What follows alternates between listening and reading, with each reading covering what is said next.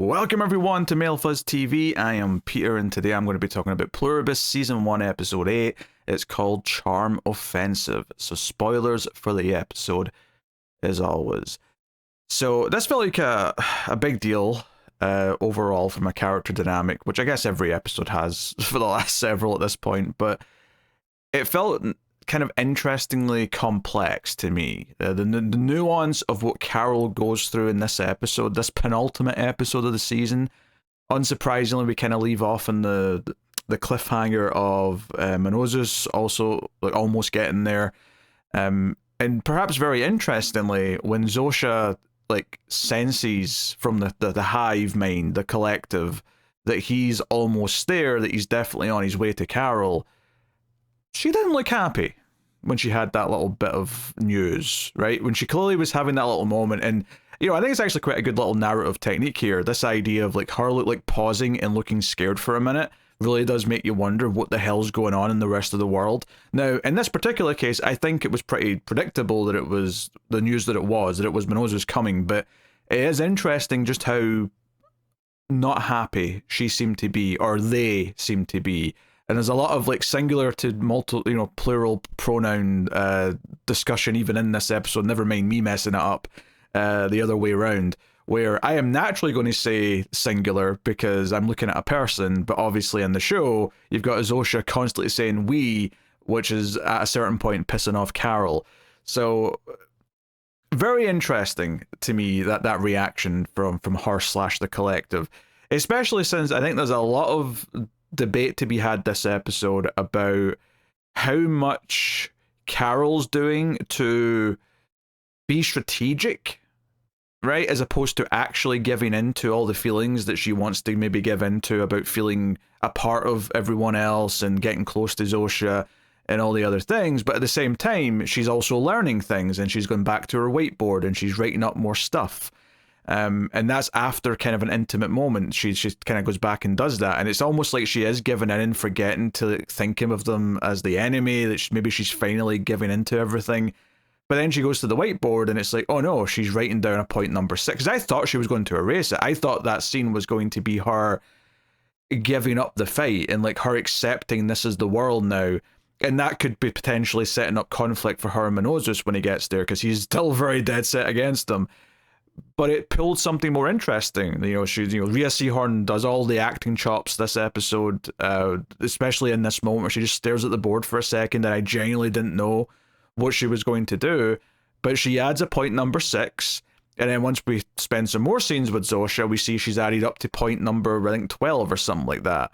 And one of which is building a giant antenna to then share like the same biovirus that can go to another world and give this quote-unquote gift to another race, another species on another planet. That is one of their goals that we find out. Their main goal, arguably, as we find out in this episode. So, but, there is a lot of, like, is Carol giving in to the illusion of what they're presenting her? And how much of what the collective and Zosha are doing is about just trying to make Carol happy versus them being strategic and trying to, as Carol herself accuses them of at one point, just distract her, like keep her off her game, like try and make her give in so she's not still fighting them. And I think the back and forth of that and this idea that Carol still is fighting them potentially, at least maybe up until the time skip of this episode, near the end, where she is still collecting data, she's still doing this stuff, but she is also having these moments where she is choosing to stay with them in the arena where everyone's sleeping in kind of the floor and sleeping bags, and she is kind of into like not being alone. But I think one of my favorite moments actually is when they do have their little shout out before the kissing and eventually her spending the night happens later on in the episode, where Carol gets pissed after she's kind of clocked just how much effort they're putting into to try to make her happy and keep her thinking about writing because they want her to write another book. And they've rebuilt this diner that she has fond memories of from when she was starting out her career and she was, struggling and she was scraping money together and all the rest of it. And that scene itself is very good, right? This idea that they're putting on a performance is not out of nowhere, because we've seen it done for other characters in the show at this point that by request, but they're doing it for Carol. They've got the waitress there that used to be there when she came before years earlier. But there's a lot of little details about it that I really like. For example, there's this one car that keeps going past that's playing loud music to sort of sound realistic.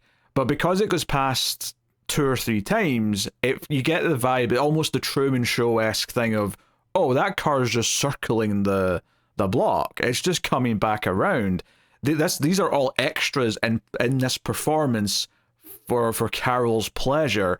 And her realization of like how heavy they're leaning on this is what makes her go home and drink and leads to a confrontation with Zosha, where Carol's like, hey, you know I've not given up, right? And this is all a ploy to distract me. And she's like, yes, we know you've not given up, but we wish you would.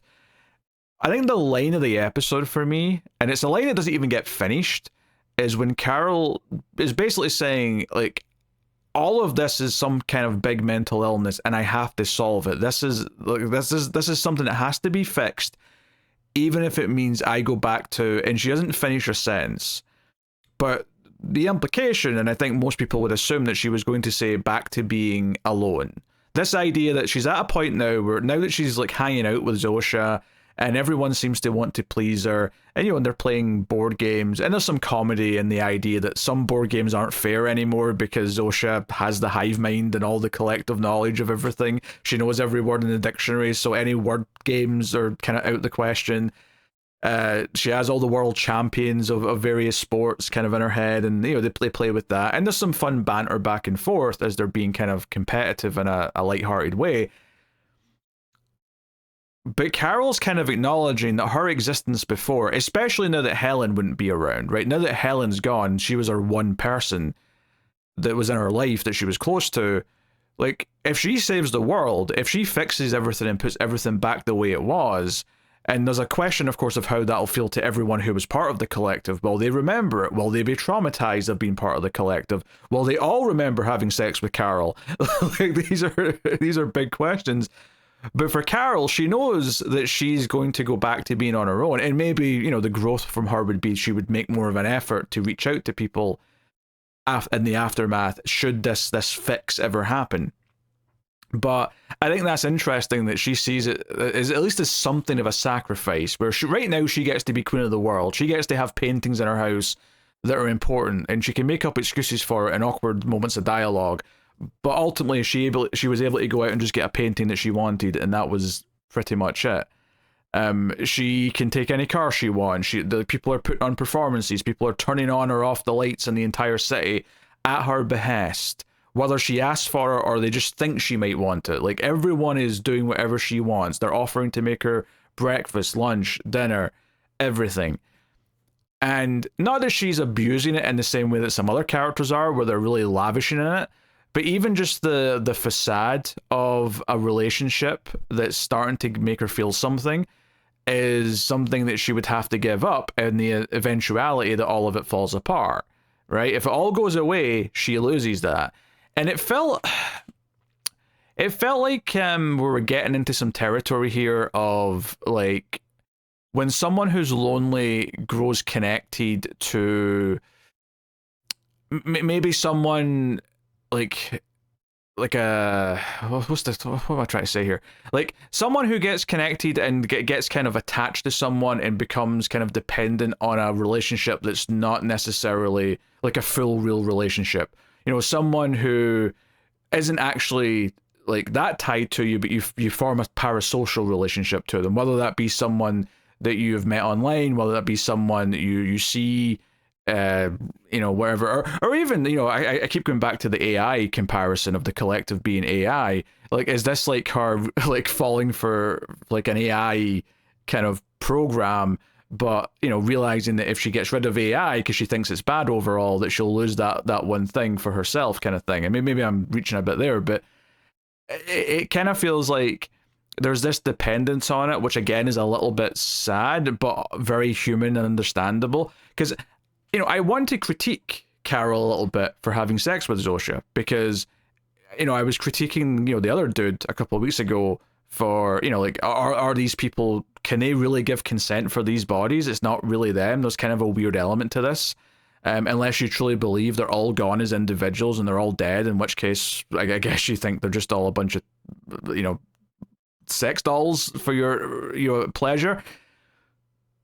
But, regardless, even if she has that opinion of like seeing these people as not being able to give consent, I think there is like a genuine weakness in this moment from Carol, where when Zosha goes in to kiss her, I think she's been so desperate for connection. She's been so lonely that she gives into it. And she gives into the illusion, and seemingly from the rest of the episode, she gives into the illusion so much that they're living together. There's a little time jump again. They're playing house. Zosha is trying to say I instead of we as best she can, giving stories about Zosha's specific past and not, the collective as a whole, like really feeding into it. But that's actually the interesting part of this, is that Carol's kind of given in, and we can understand why she gave in. We can sympathize with it, even if we think she shouldn't have given in. Again, though, I think the other side of this, I think Zosha's side, or the collective side, feels manipulative. Like, they so often ask if Carol wants something before they do it, but they didn't ask if she wanted to be kissed. They didn't ask if she wanted some physical intimacy. They just went for it. It was kind of like they were reading the room and going, I know what's going to land here, right? And in a real one-on-one setting with two real people, that's kind of fine. That's normal. That's like, you see someone's maybe you're in a position where emotions are running high, and you realize maybe this is the moment for an attempt at intimacy, and maybe it's well received, maybe it isn't, whatever. But it felt like here, though, it was more strategic. It was more like, like Carol might mistake this for a genuine show of human emotion from Zosha or the collective, as like them trying to make her feel better. I kind of saw this as like, oh no, they've got her on the hook here, and they're reeling her in. Like the kiss and like having Carol sort of like fall into her arms felt kind of malicious to me, in a way where it felt like she is being played and manipulated here.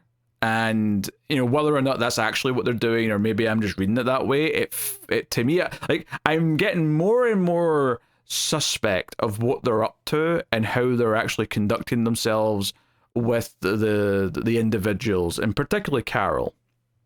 And despite the fact that Minos is so headstrong and so determined not to accept help to a fault, I do think that maybe at his core he's got the right idea. Maybe he should be accepting a bit of help, because why not, right? This idea that when he wakes up in the hospital and he's staring at the scalpel, and he ends up getting out of the hospital with one of them, the blade at the guy's knife. He insists upon being billed for his hospital visit, because there should be a bill for this, and he wants to pay that. He doesn't actually have the money on him, of course. He writes an IOU and even puts on +1 ambulance, because he's going to steal an ambulance. He wants a record of that so he can pay for it later if the world goes back to normal, presumably. I will say, though, what was funny to me about this scene is, being someone who lives in a place with free healthcare, I was like, Minos, no, it should be free. What are you doing? Like, I don't care what country you're technically in right now. It should be free. Stop it.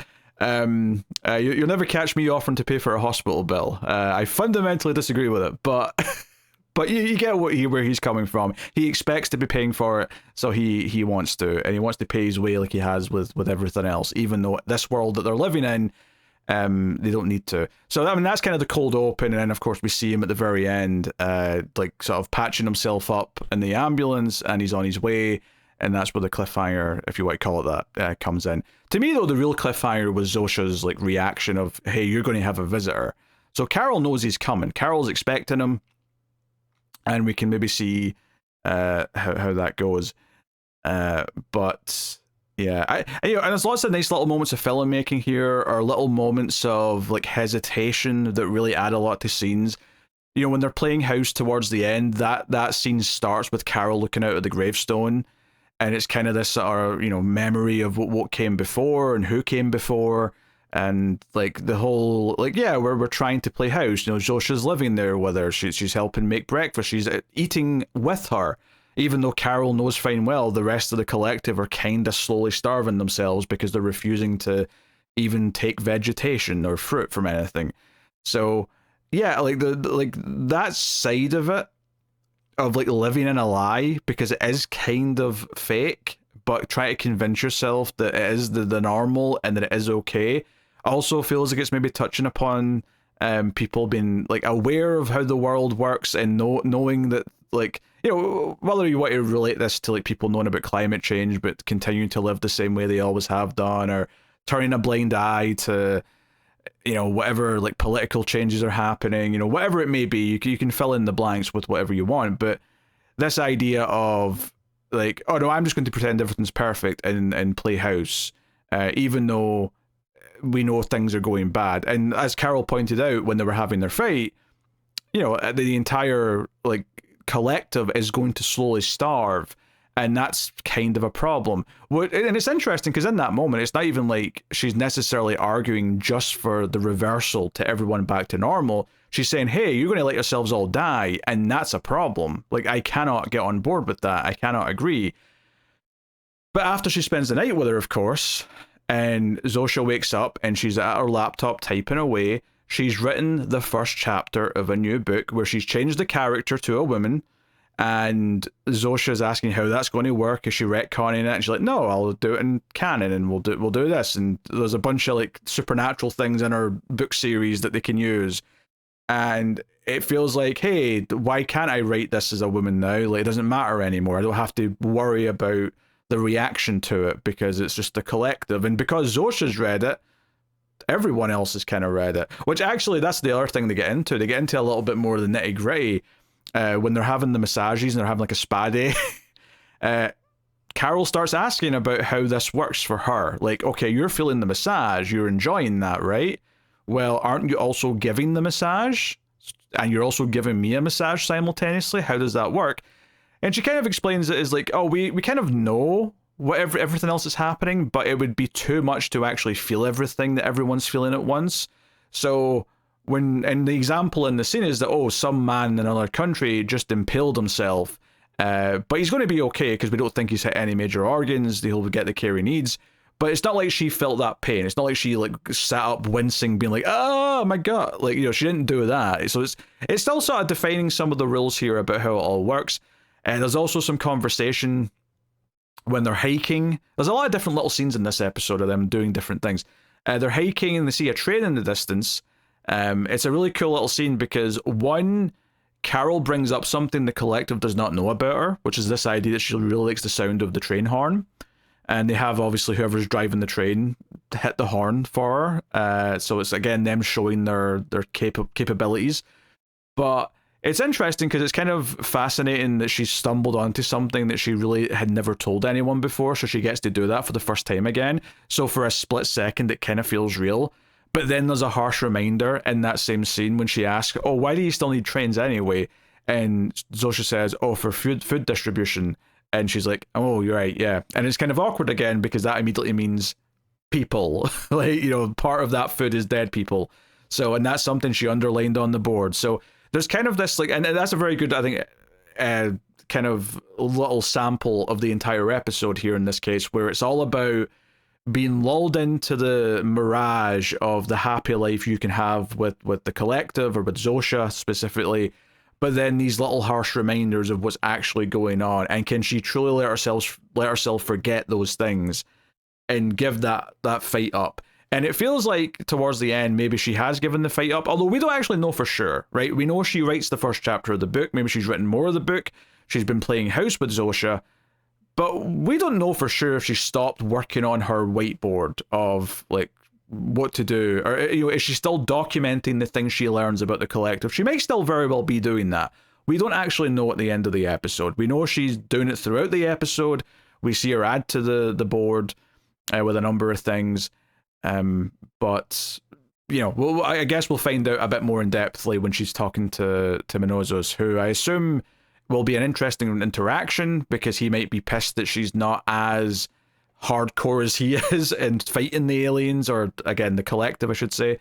Maybe he'll be like, you're playing house with one of them. Maybe Zosha will run away before he gets there because they know he's coming. I mean, it's possible. But I do see some turmoil there, but also some really fascinating kind of sharing of information. And then the other thing they learn when they're hiking actually is like, Carol starts asking about how they all kind of connect to each other. She even compares it to radio, which I don't think's an accident, that's also what we were seeing Minosos do, right? In Paraguay, he was checking radio frequencies and he found something. And she says it's not exactly like that, but, it's not, completely separated from it as an idea. It's like a similar kind of idea in terms of frequencies. But she also kind of implies that it's something that inherently our bodies naturally can do. It's just that we never were able to use it or tap into it before. Something to that effect. There's also some talk of like the planet that this signal came from, Kepler B, I think it was, and how it's far away. They'll never know anything about the beings that are there. We believe it's an entire planet of one big ocean, which is cool. Made me think of Solaris, and if you make me think of Solaris, the original Solaris, not the crappy remake, the original Andrei Tarkovsky Solaris, I'm always happy to hear or think of that movie, but and how truly alien like the world on that movie is. Like it feels like genuinely unsettling at times how whatever entity or understanding the knowledge of the whatever life is on that planet, if there is even what you can call life, its understanding of like humans is just slightly warped and it doesn't quite get it. In fact, I think when I reviewed Solaris over on the sci-fi movie podcast we have in the movie channel, Atomic Cinema Experiment, I think at one point I actually compared to the aliens trying to like make, because in that movie part of the premise is that some alien force kind of recreates people who are from the lives of the astronauts on the space station that's nearby. So for example, the main character, his wife's been dead for years, but a version of his wife starts appearing and talking to him. They've kind of pulled it from his memories, but there's little inconsistencies, there's little weird things that the aliens didn't understand. They don't really understand what clothes are, for example, so her clothes are kind of sewn into her skin. And I think I compared it in that review to AI getting something wrong in an image when it tries to recreate something that it doesn't actually understand. And I think it's interesting that them talking about this planet that's full of ocean, one big ocean, is making me think of that movie, because like that's, it's just funny that I've talked so much in this show about the collective being some kind of representation for AI in a lot of ways. Yeah, I mean, maybe there's an influence there. It wouldn't surprise me if Vince Gilligan and co are fans of Solaris. It would not be the most whale thing in the world. But even the premise of that movie is so much about giving the humans like what they think they want to see and hear and talk to sort of try and understand them better. So again, I'm not saying it's exactly the same by any stretch, but I think it's interesting that I was thinking about that here with this, and I'm realizing some of the other maybe small parallels that I can connect between them. So very, very intriguing. I do like the idea though that they'll never meet whoever sent this signal, potentially. Even though like maybe they have spaceships, maybe they will come and visit Earth at some point. I don't see that happening necessarily, and I like the idea of the collective like kind of loving whoever sent this signal, because they are kind of in a weird way brainwashed to love whoever gave them this collective ability, but they will never know what they look like. They'll never meet them. They'll never see them. There's still an air of mystery and what's out there kind of vibe to it. And then it's also this idea of like, well, if they're trying to build a big satellite dish to beam this into space to another planet, then we're not potentially just saving the population of Earth. We might be saving the population of somewhere else as well, which is also an interesting idea. So anyway, that's my thoughts on this episode of Pluribus. I almost said Polaris there because it's like Solaris. I'm getting Solaris and Pluribus mixed up. Maybe there's a lot more influence from that movie than I was giving it credit for, now that I'm thinking about it. But yeah, curious to see what we do with the finale and how what we leave the season off on, and will it be about trying to separate someone from the collective? Will there be a way to block the signal so someone is separated from the collective and they won't know what's happening to that one person?